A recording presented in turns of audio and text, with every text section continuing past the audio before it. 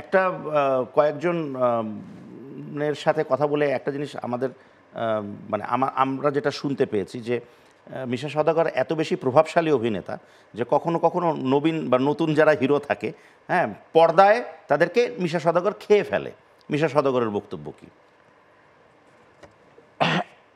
এটা একটু খেয়ে ফেলে মানে না, এটা আসলে আমি তো আমার যে আমাকে যে সাবজেক্টে পড়তে দেওয়া হয়েছে আমি তো সাবজেক্টে ভালো করে পড়তে চেষ্টা করব। তো আমাকে যখন যে ক্যারেক্টারে যদি ধরি আমার চরিত্রের নাম আবুল, আমি জিজ্ঞেস করি ডিরেক্টরকে তার এডুকেশন কীরকম, তো বলে ম্যাট্রিকুলেশন অথবা এইচএসসি অথবা ইউনিভার্সিটি লেভেল।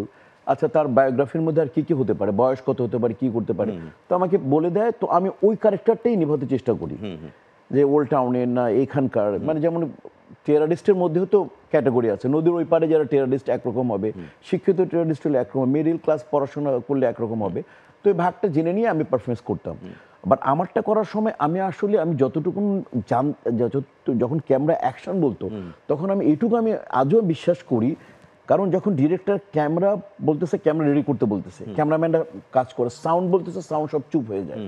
তো আমাদের তো যে বিষয়টা অ্যাকশনটা যখন বলে ডাইরেক্টর, তাহলে আমাকে রিয়াকশন করতে হয়, এটা আমার কাজ। এবং ওই সময় আমি কোন ক্যারেক্টারে অবস্থান করতেছি ওই জায়গায় এমন কিছু করতে হবে, স্বাভাবিক করলে অডিয়েন্স মনে রাখবে না। তো এমন কিছু করতে হবে যে স্বাভাবিকের মধ্যে অস্বাভাবিকতা রাখতে হবে, মানে অতি সাধারণকে অসাধারণভাবে করতে হবে, তাহলে আমার অস্তিত্ব থাকবে।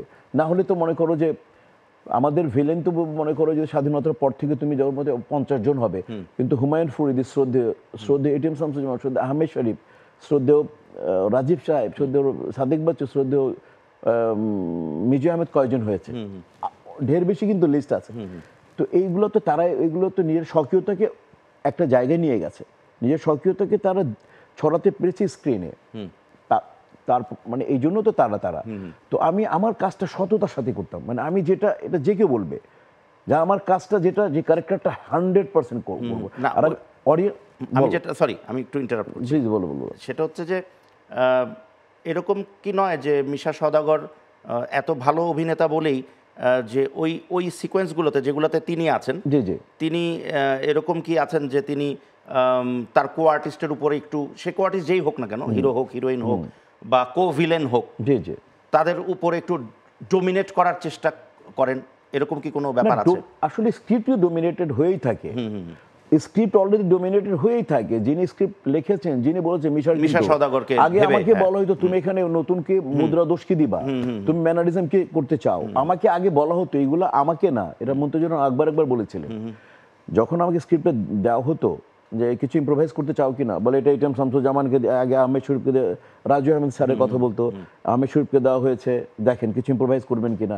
যে যোগ্যতা আগে বলছি ডিজার্ভ করে, যে যোগ্য হয়ে যায়, তখন ওনার তো একটা এক্সপিরিয়েন্স একটা জায়গা থাকে, তখন সবাই ওটা ভোগ করতে চায়, ইন্ডাস্ট্রি ভোগ করতে খুবই স্বাভাবিক।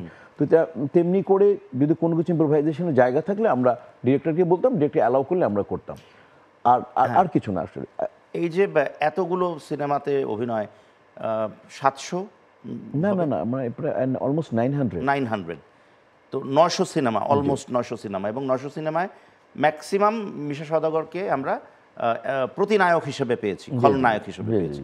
তো একটা চরিত্র থেকে আরেকটা চরিত্র তো একটু হলেও ডিফারেন্ট থাকে, তো সেই ক্ষেত্রে একঘেয়েমি তো মিশা সওদাগরকে গ্রাস করেনি তো কখনো? প্রচুর যখন বুঝতে পারলাম আসলে